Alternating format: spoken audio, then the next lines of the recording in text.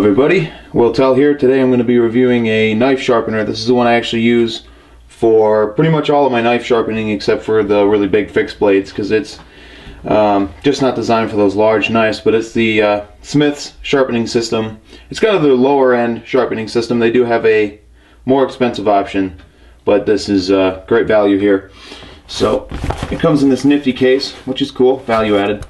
And when we open this up, there's one thing I want to point out, which is that this stone is not included with this system. I bought that from some other sharpener, which is just a really fine stone that'll actually add a lot of sharpness capability to it. And the knife that I'm going to be working on today is my SOG Flash 2. Love this blade. This knife is actually ridiculously dull right now, and I did that specifically for this review. I usually sharpen about once every week. If I can get this to focus, there we go. But you can see this thing's torn up because I haven't done it in about 2 months. And there was some hard EDC use. I'm cutting a lot of cardboard with it, and I was actually trimming bark off some logs, stuff like that. So pretty hard use I did with this thing. So it is dull. If you can do this with your blade, you know it's like wicked dull. So normally it would not take this much work to sharpen, but this thing is like wicked dull right now. So the idea was to show how good this works on a really dull knife. So hopefully I'm not going to be putting my foot in my mouth here, having it so dull. But just as an example, I got my paper here, and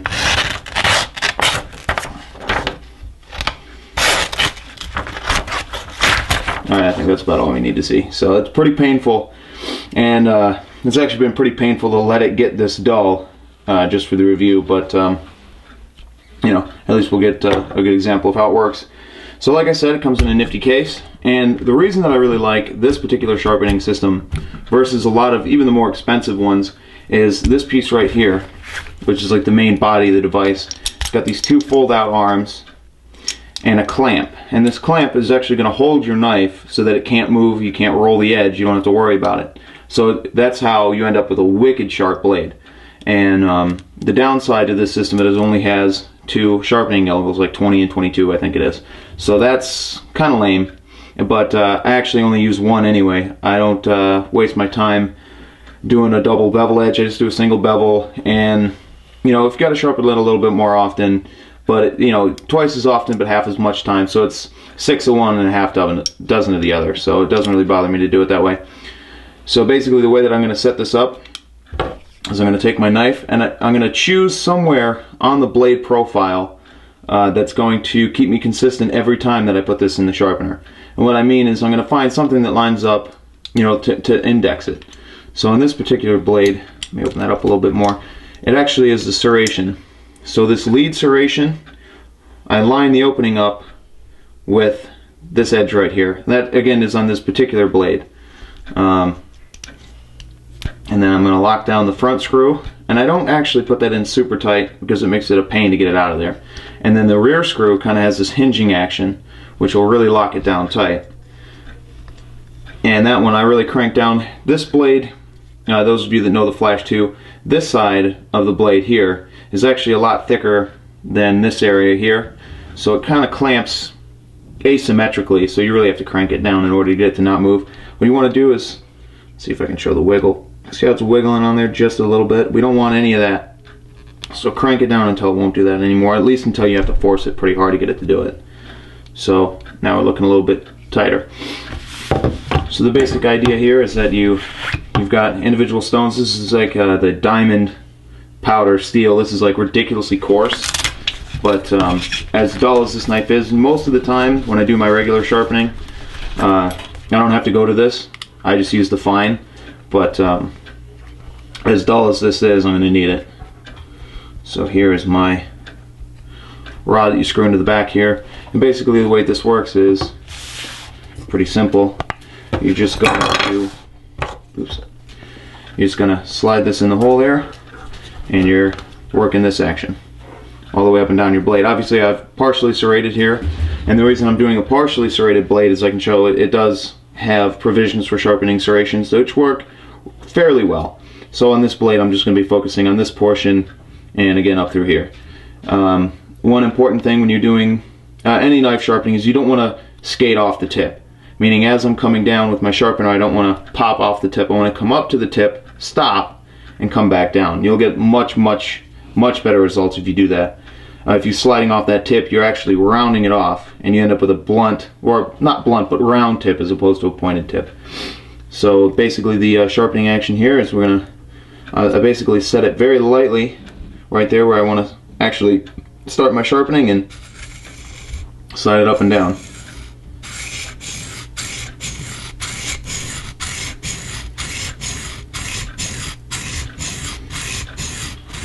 And I do count my strokes. I don't say I'm going to do this many strokes, and I don't have a formula of how many I do. What I do is I just kind of feel it and count at the same time. Once it feels like I've made some progress, I keep that number in my head, flip it over, and do the same number on the other side just to make sure it's consistent. And the bear dog's running around again, standard. So,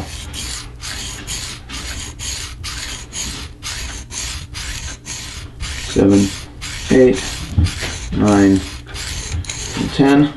What I did on the other side, and you can see here, if I can get the camera focused in on it, that is a really coarse grind, but it really takes off all of that nasty folded over steel pretty quick. So we're going to do some much finer sharpening here.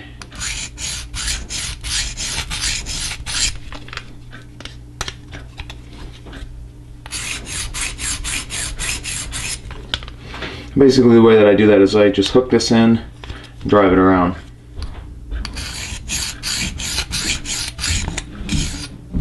Drove over the tip there, like that. Okay.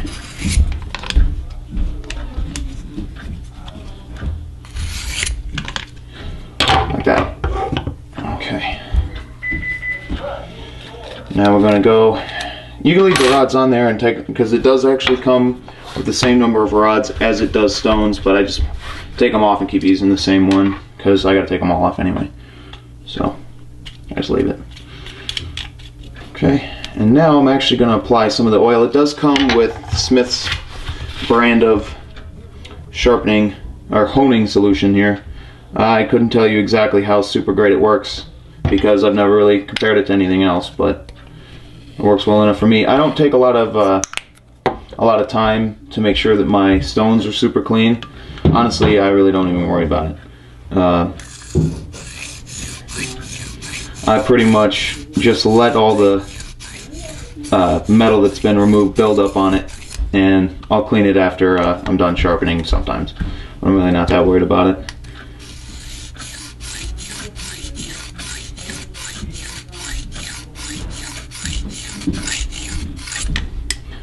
But as you can see, the oil stays in place pretty good, and it'll catch up all of that stuff coming out of there.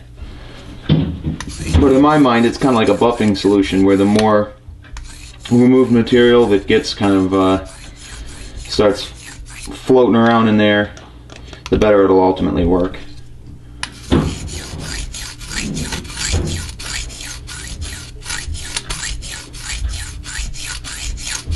I think I did 12. I kind of lost count on that last one because I was talking.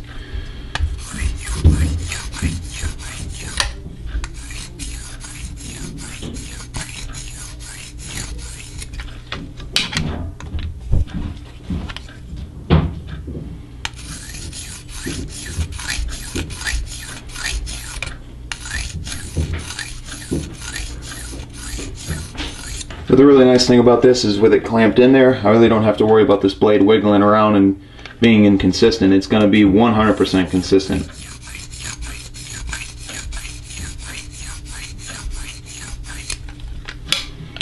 Okay.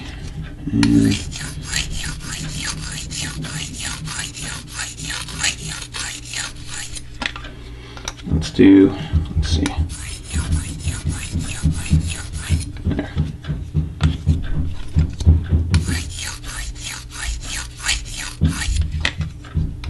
I know the camera angles here are kind of funky, but I'm trying to do this the best I can.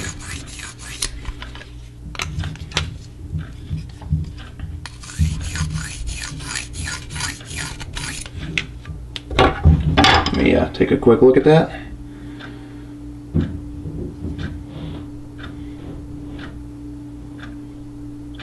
we go, looking better already.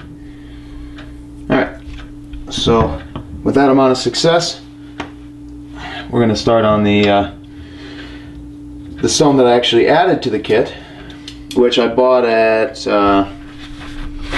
Bass Pro Shops. And the thread pitch isn't exactly the same, so I just kind of force it.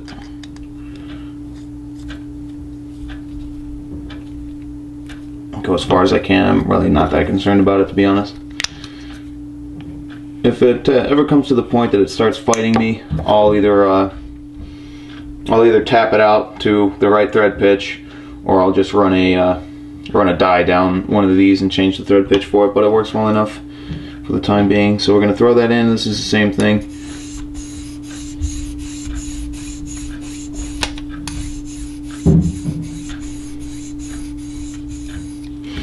And you can actually tell the fineness of a stone by sliding it against your teeth.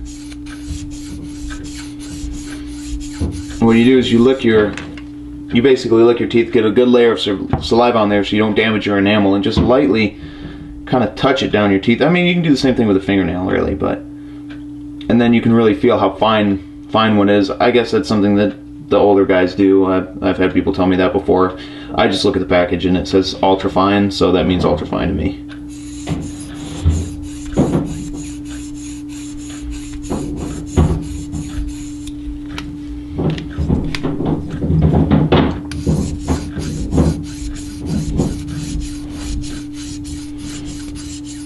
Sounds like I'm in a bowling alley, jeez. I'll probably end up putting a time lapse on this at some point, because I know this isn't exactly thrilling to watch. But I know the results will be.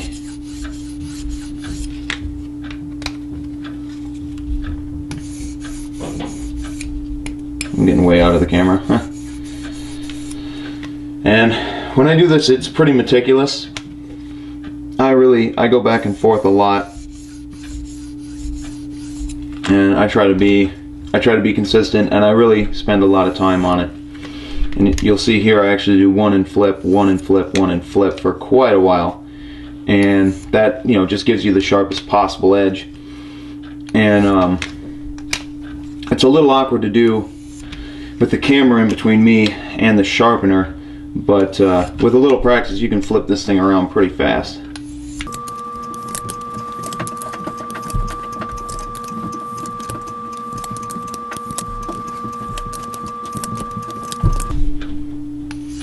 Alright, I think for the sake of argument that's enough, and I was probably out of the camera most of the time there, but just in the sake of doing it a little bit faster, I was actually watching my own hands instead of looking at looking through the viewfinder. But now this is a stone that it comes with that it claims is meant for sharpening serrations, and I never used it until obviously not long ago. And yeah, try to get focus on it. It's basically a square stone set in an angle so that it's kind of pointy. And I guess the theory here is that if you're lucky, and I actually was, the stone will match the angle that your serrations were cut at the factory in one of these two slots. In my particular blade, it happens to be the top slot. So I guess the idea here, what I did earlier and seemed to work pretty well, what I've done in the past, is to gently do each serration, big and small, on its own.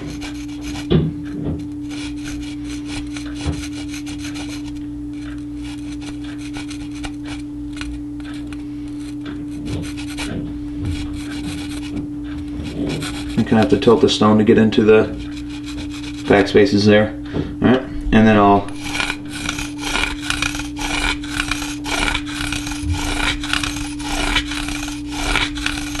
Alright, then I'll come over to the other side and I'll just lightly touch back this way. I won't go the other way because it'll dull it and damage my stone, which I'm not really in the mood to do.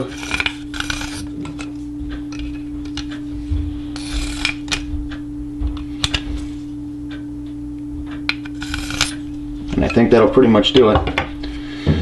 So I didn't quite spend as much time on this as I sometimes do. Like I said, this is, well, I spent a lot more time because it's like a lot duller than it usually would be. But I spent a lot less time in the final stages because normally I jump straight to the final stage. So it might not be quite as sharp as what I would typically get, but let's see how it looks. There we go. Right in the light there you can see it's a pretty polished edge. You saw a little glint down off the side there. There's some felt there. Alright, but let's see how it cuts. The proof is in the pudding, as they say. So we'll get my paper back in here. You can tell the feel of it's different. The way it's cutting is much different, and the sound of it even. You can really tell.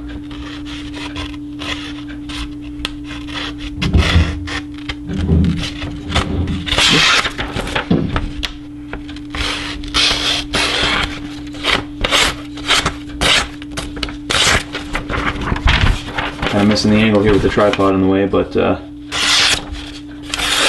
oh, it's definitely pretty sharp. So there you have it. The Smith's sharpening system, by the way, will usually run you about 25 or 30 bucks. So as compared to something like the Edge Pro Apex rocking $200, I will take this pretty much all day because it's not as customizable. You know, you can't do 21.5 degrees in here. You know, you can only do the 2 set angles, but this clamp I think more than makes up for that lack of versatility, unless you really need it. But for most knives, for EDC knives, stuff like that, I really don't think you have to worry about doing anything really fancy. You know, just that basic sharpening like what I just did will pretty much rock you everything you're ever going to need to do with it. But then I'm pretty much done here. Alright, so there it is, the Smith's sharpening system review. Will tell. Out.